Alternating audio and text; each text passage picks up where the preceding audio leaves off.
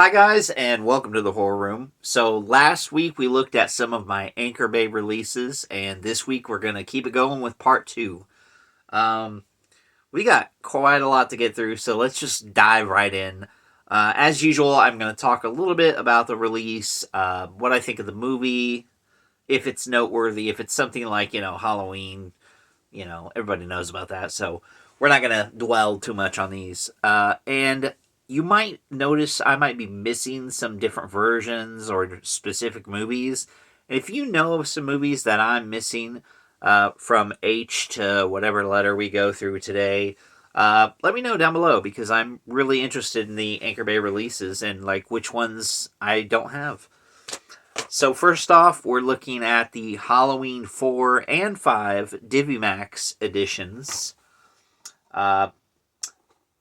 These movies get a little bit of hate. I mean, they're fine. But the thing that's interesting is they have some pretty good bonus features on these. This one has the making of Halloween 4. It's got a panel on there. And then for part 5, wait, that's not part 5, this is. It's got on the set footage. It's got Inside Halloween 5, a documentary. So I think that's cool. And let me see if this is another little poster. I didn't check if the other one had one. I should. Yeah. So, again, we're just going over the basics here. And I think it's cool that, you have that option for some of these Anchor Bay releases. Now, obviously, I don't need the little mini posters because I used to print little mini posters out. So I just keep it on the chapter select, which, don't really need that either. But some people like to have that. So then we have Bruno Mattei's Hell of the Living Dead. This is basically a Dawn of the Dead type ripoff, at least in terms of music. But the movie itself is really ridiculous, over the top, but very entertaining, in my opinion. Doesn't get enough love. Although I do know that somebody did a 4K of this recently. Maybe it was Vinegar Syndrome or Severin, one of those two. I do know they did Rats. Hell Rats of the Living Dead. What? An interview. Okay. Well, that's a whole different movie. Rats Night. Hey, look, see, this one's got... Oh, well, it's got the booklet with it. Night of the Zombies, that's the alternate title. Yeah, so that's pretty cool. And I like that disc art. It's been a while since I've actually took a look at some of these releases. So, yeah, I like that disc art. It's pretty cool. But yeah, Bruno Mattei, good Italian director, kind of schlocky, but fun schlock. Then we have the 20th anniversary edition of Hellraiser. It's a very interesting release for Anchor Bay. Mr. Cotton, I presume, an interview with star Andrew Robinson, actress from Hell, Hell Composer, Hellraiser Resurrection, Hellraiser Resurrection. I hope that's not that movie. I think that one was called Resurrection. Under the Skin, Doug Bradley on Hellraiser. So this has some good bonus features on it. Unfortunately, it didn't have the booklet with it, but I gotta show off that disc art. Love it. Now, would I watch this release nowadays? Probably not, because I do have the Scarlet box somewhere. Oh yeah, there it is. Or I don't even know if that's what it's called, but the Arrow release of the first 3 films. Then you have this one, which the cover art for this is very bizarre. It looks like a bootleg kind of Hellraiser 2. Yeah. Digitally mastered THX. And you got this poster, which I do like that alternate art for Hellraiser 2. And it's another little booklet. So sometimes it would just be, the poster and the chapter selects. Other times it had a little booklet with some info. I don't like that. I might have to go through one of these days and we'll read some of these booklets and see what they say.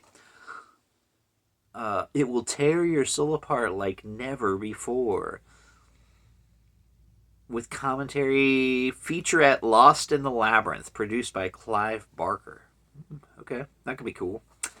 So yeah, this one, in terms of like extra bonus stuff, not as much as the first Hellraiser release. Then we have a very good release, and again, I have the Arrow Deluxe 4K.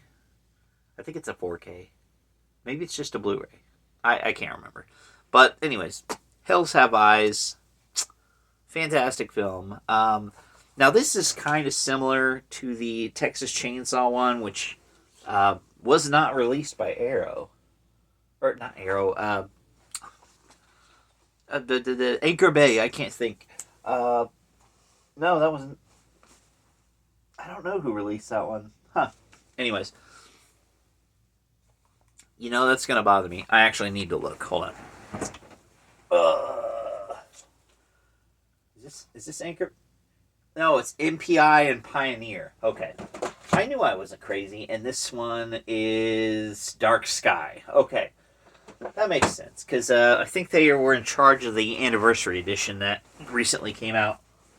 That comes with, like, the chainsaw and everything. But yeah, I was just saying this is similar to the style they did for the Texas Chainsaw. This is a 2-disc edition.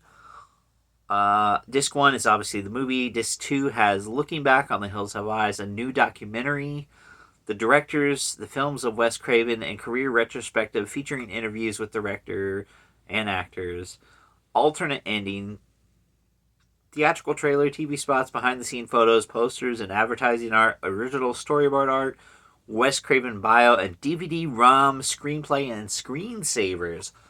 Now, this is when you know you're getting an older DVD, when it's got DVD-ROM screensavers.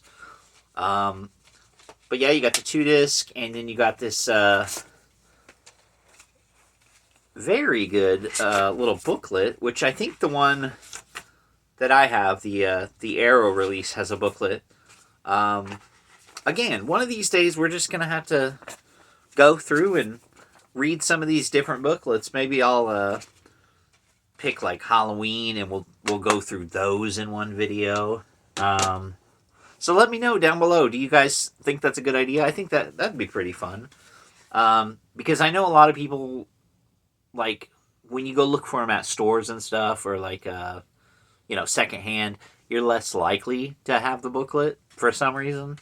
So yeah, that'd be fun. And I think that'd be something unique for the channel. Next, we have The Hills Run Red. It's been a while since I've seen this one, but I do love the design of the killer with the baby mask. And it's kind of, the crazy family. I'm pretty sure it is, anyways. Blah, blah, blah, blah. Pretty sure.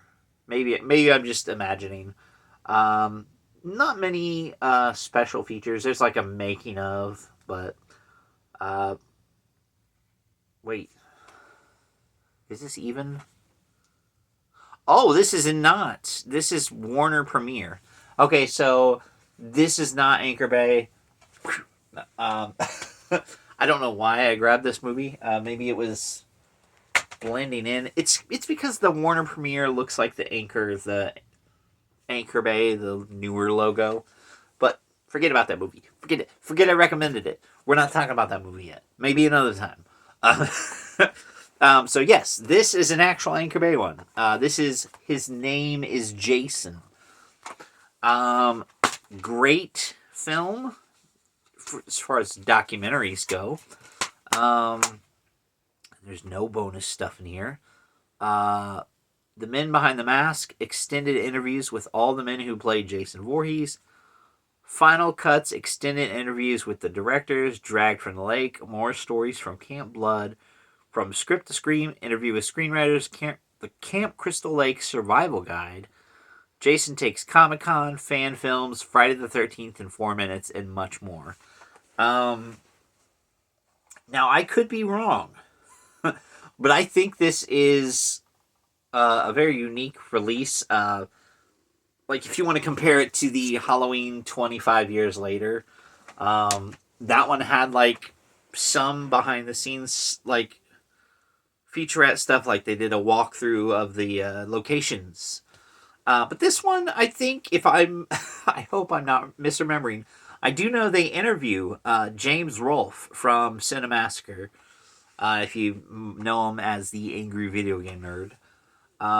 But I'm pretty sure, other than the interview, I think they have his full game review for Friday the 13th on here, which it's kind of quirky. Maybe I'm misremembering that, but it does say it has some fan films on here. I'm actually curious. I need to break this back out next Friday the 13th and rewatch this, because I've watched the movies to nauseum, and I don't have the time to watch Camp Crystal Lake Memories, so this might be a good in between.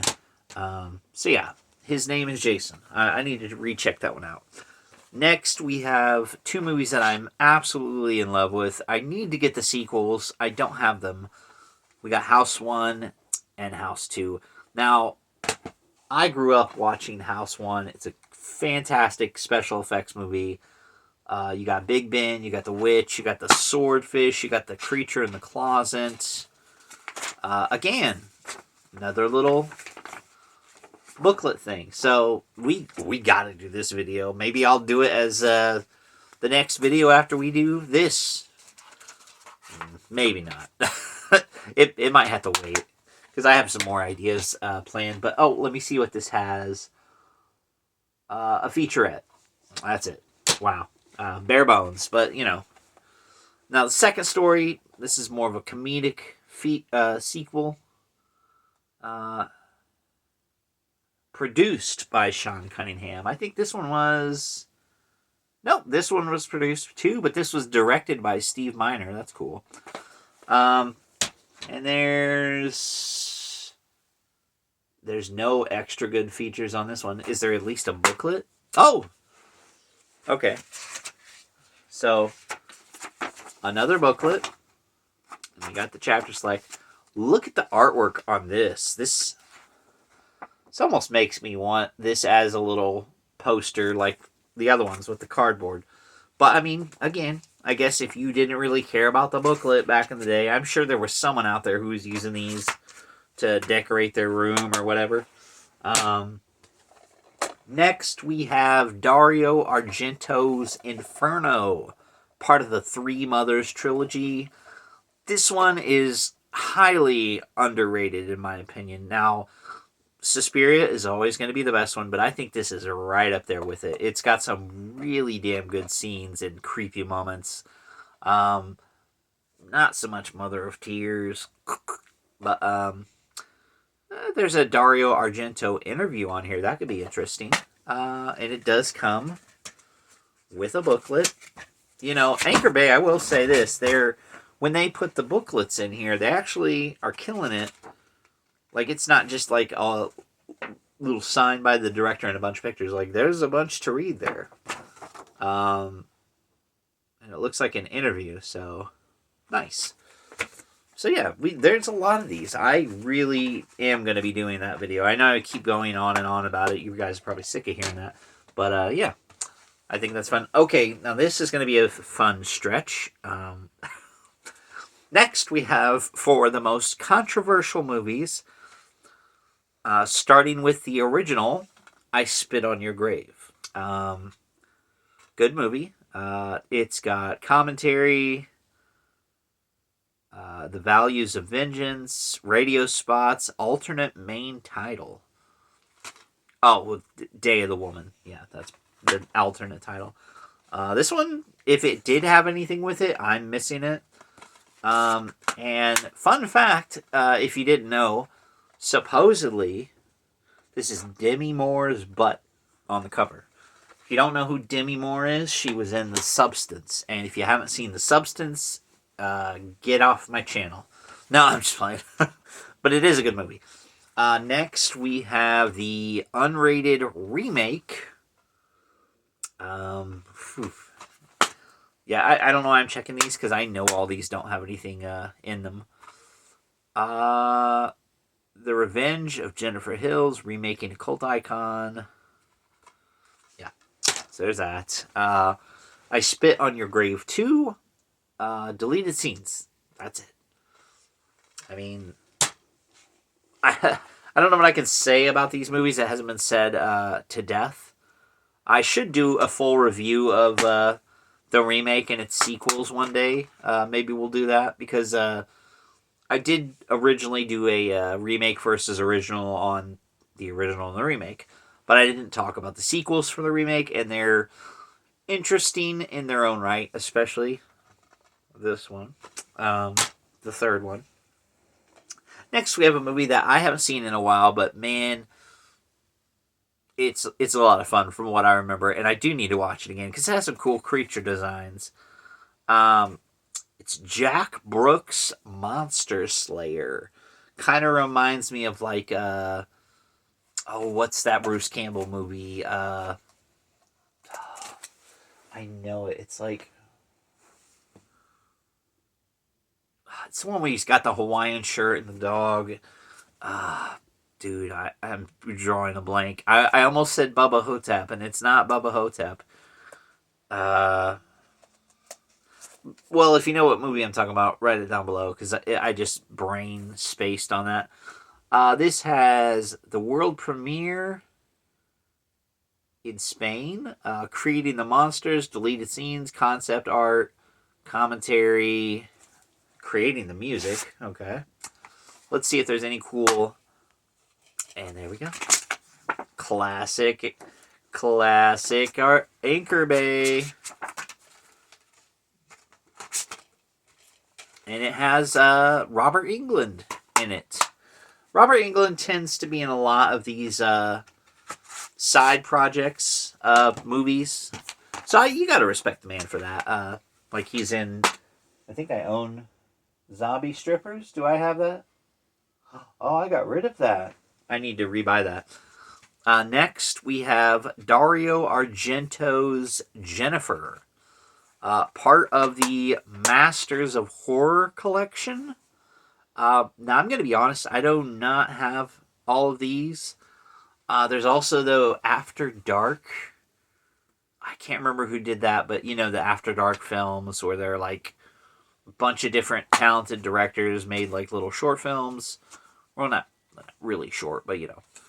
I might have to look for those because those would be pretty cool to own. I think I actually saw one of these sets before, but I just wanted specific movies. Now, how long is this? 58 minutes. So this isn't even an hour. So it's kind of like a short film.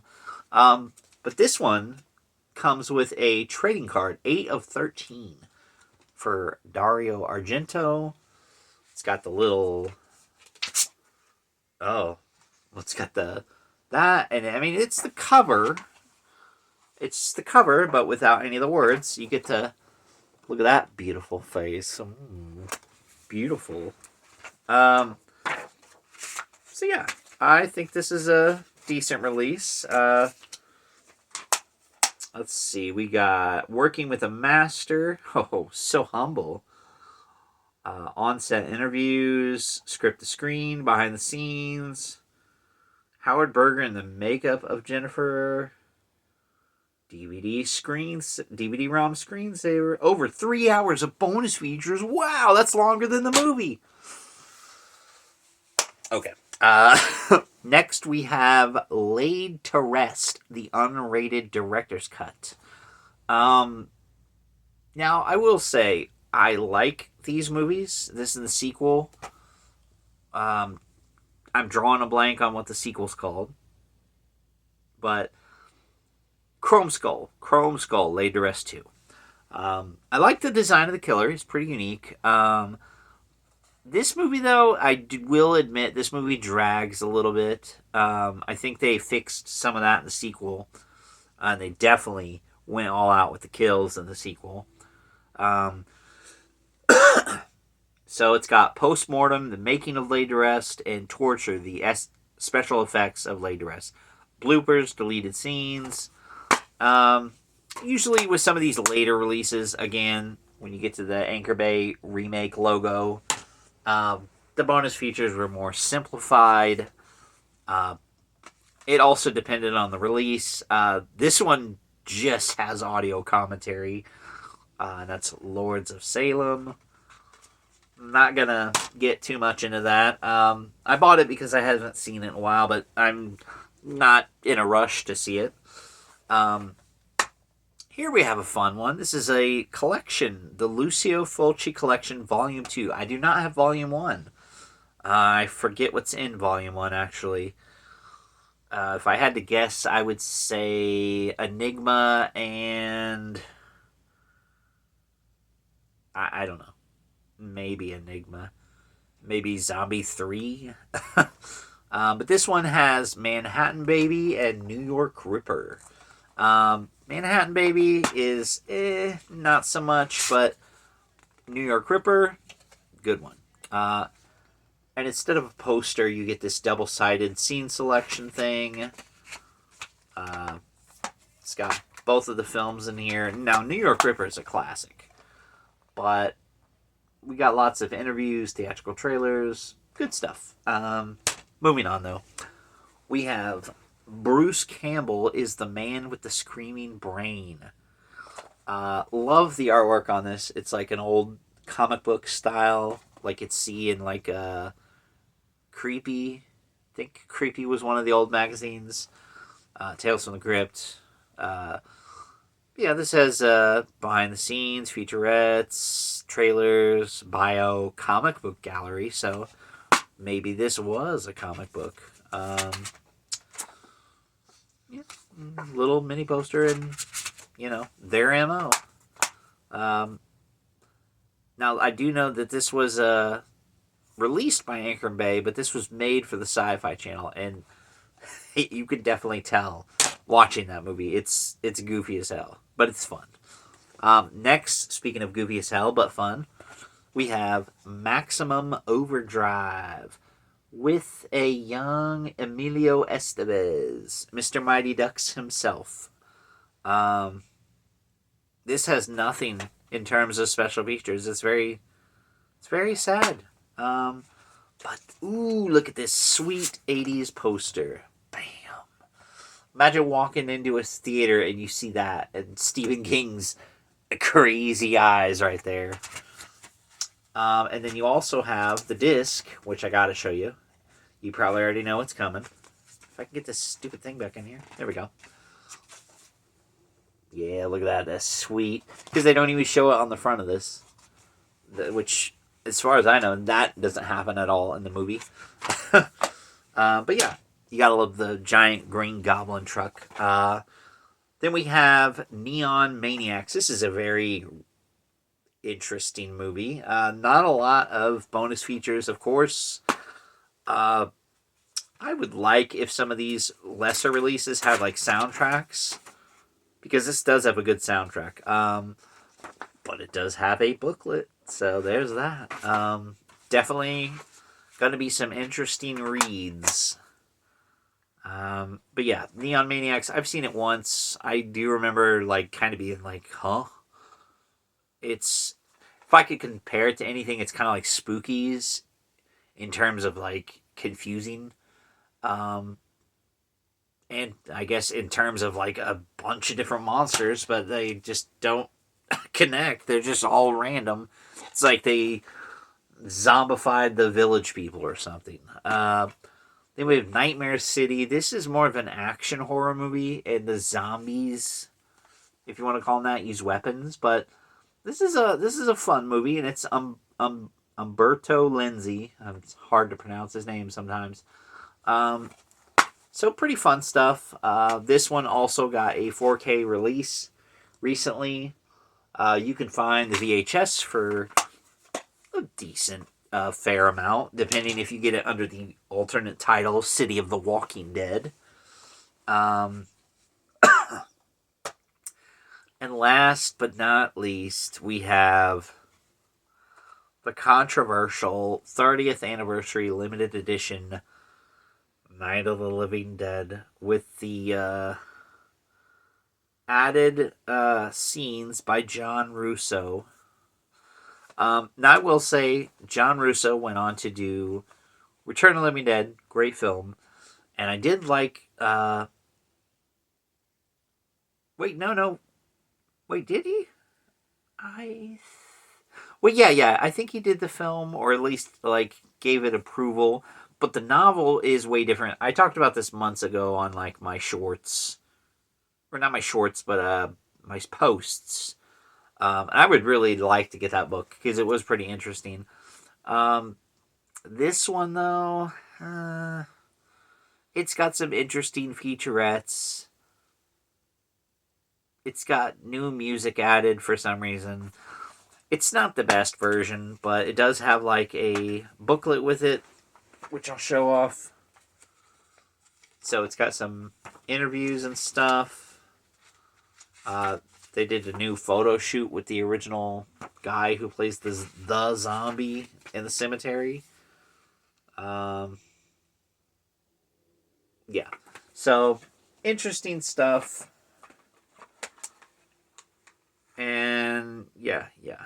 And you got a soundtrack with it. So, I guess, they finally put a soundtrack in there for that.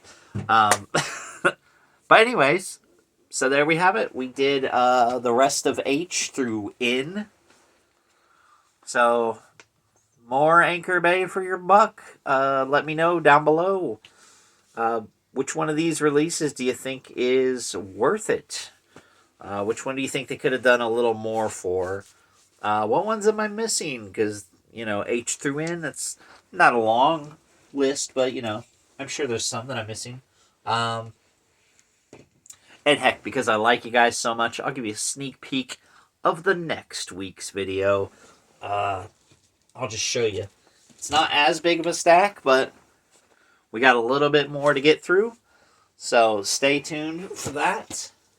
And I promise we'll take a break from doing more of these because, like I said, I could do Blue Underground, I could do Severin, I could do Scream Factory. The list goes on. But we'll take a break. We'll do some different things. But next week, we're going to wrap up the Anchor Bay releases and check some more of those out. So stay tuned, and I'll see you then.